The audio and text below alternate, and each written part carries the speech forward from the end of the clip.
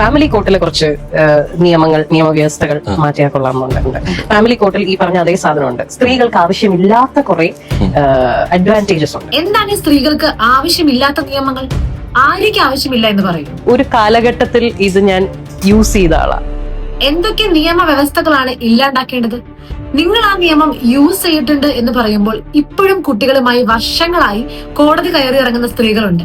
പിരിയാൻ തീരുമാനിച്ചിട്ടും സ്വന്തം ഭർത്താക്കന്മാരാൽ മനഃപൂർവ്വം ആക്രമിക്കപ്പെടുന്ന സ്ത്രീകളുണ്ട്. ഫാമിലി നിയമങ്ങൾ സ്ത്രീകൾക്ക് അഡ്വാൻറ്റേജ് നൽകുന്നത് കേവലം ഇമോഷണൽ, മെന്റൽ, സെന്റിമെന്റൽ ബേസിലല്ല.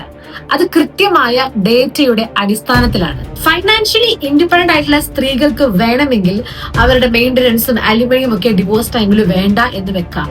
പക്ഷെ ഒരു കാലഘട്ടം മുഴുവൻ തന്റെ കരിയറും സമയവും ഹെൽത്തും ഒക്കെ ഒരു ഫാമിലിക്ക് വേണ്ടി ഇൻവെസ്റ്റ് ചെയ്തതിനു ശേഷം ഒടുവിൽ ഒറ്റപ്പെടുന്ന, പിന്തള്ളപ്പെടുന്ന സ്ത്രീകൾക്കും അവരുടെ കുട്ടികളെയും സംരക്ഷിക്കാൻ വേണ്ടിയിട്ടുള്ളതാണ് ഈ നിയമം.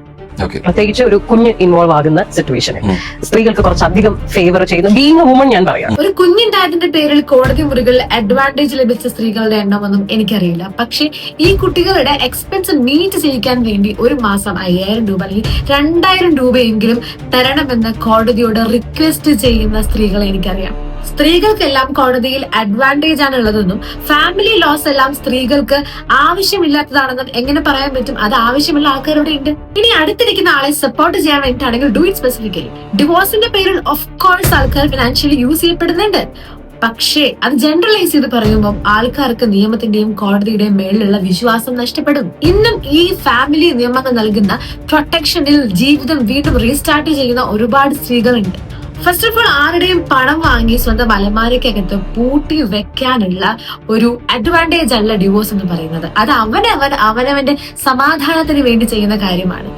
അതിൽ ന്യായത്തിന്റെ പക്ഷത്തു നിന്നും നീതി നടപ്പിലാക്കാൻ നിയമവും ഇവിടെയുണ്ട്. സോ ആവശ്യമില്ല എന്ന് പറയുമ്പോൾ നിങ്ങൾക്ക് ആവശ്യമില്ല, പക്ഷെ ഇവിടുത്തെ ഭൂരിഭാഗം സ്ത്രീകൾക്കും നിയമത്തിന്റെ പരിരക്ഷ ആവശ്യമാണ്. അലുമിനിയം വാങ്ങി, മെയിന്റനൻസ് വാങ്ങി പറ്റിച്ച് കളയാൻ വേണ്ടിയിട്ടാണോ എല്ലാ സ്ത്രീകളും ഡിവോഴ്സ് വാങ്ങിക്കുന്നത്?